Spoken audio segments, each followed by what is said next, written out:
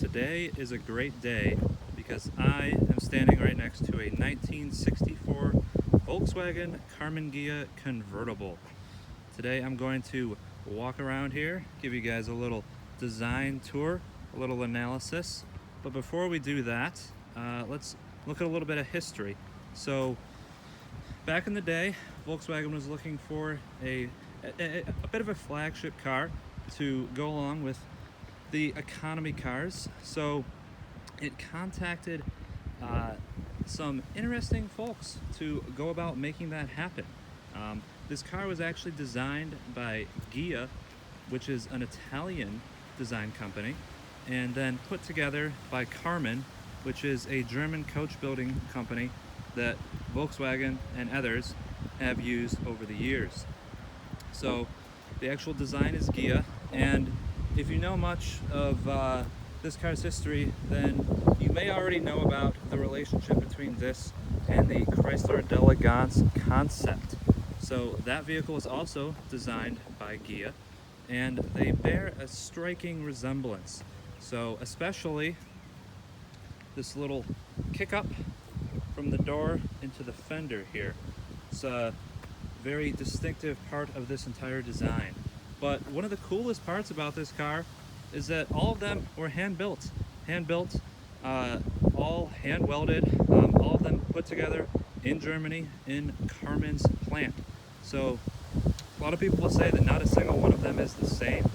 This is the first one that I've actually gotten into, but part of that, the coolness factor of that is that the entire body is pretty much one. So you're not left with a bunch of cut and seam lines in here like in many other automobiles. So the only actual pieces that are not one piece with this body and welded together, you have the engine cover, the doors, and then of course the hood.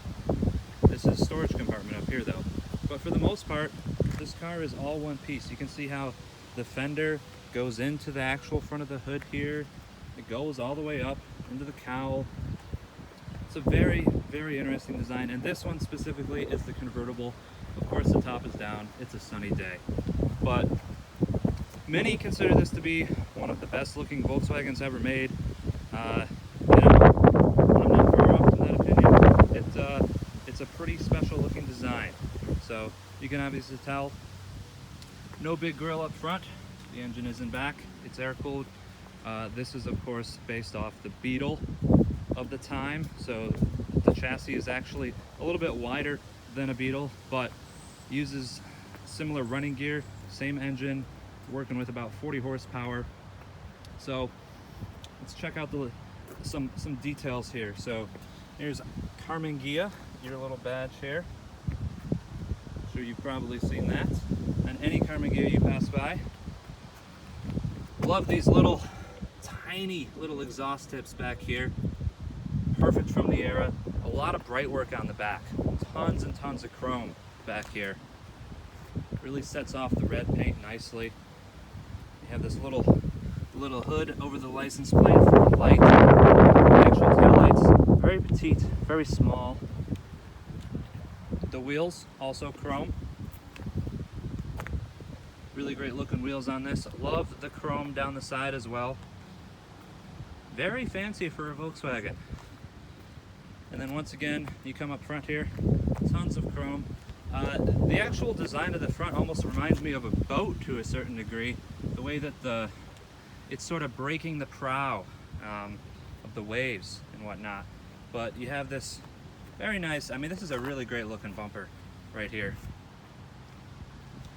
And then the headlights, pretty traditional, with amber signals as well.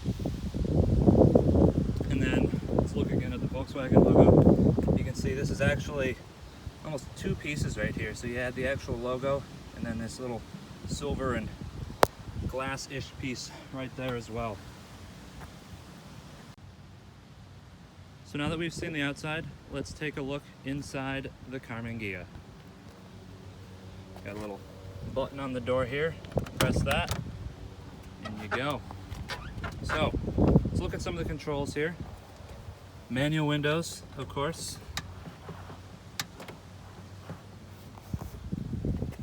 then I have a few buttons over here. These guys are actually for the defroster system. This pull right here is for the front trunk, front storage.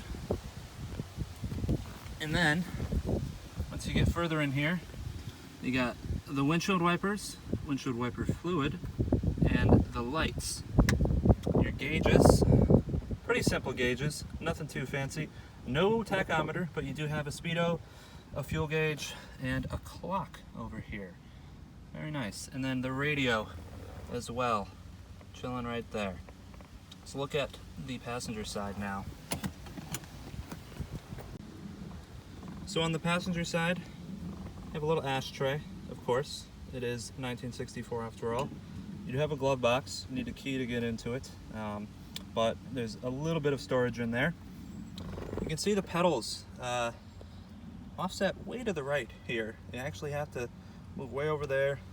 Little 4-speed manual transmission, your emergency brake, and then this guy right here, you have no idea what that is, but it actually controls the airflow through the car. So, sort of like fan speed. Beyond that, no mirror here.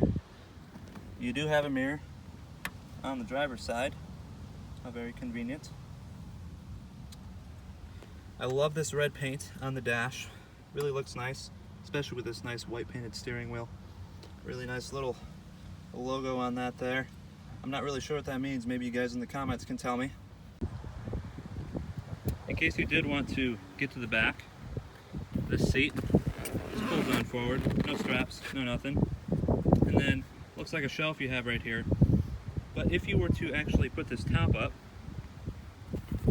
you have the back seat. As it is, it stops the back seat from going up with the top down, so it's only a 2-seater with the top down. Maybe you could sit back there. You probably don't want to, but yes, you do have a few extra seats back there.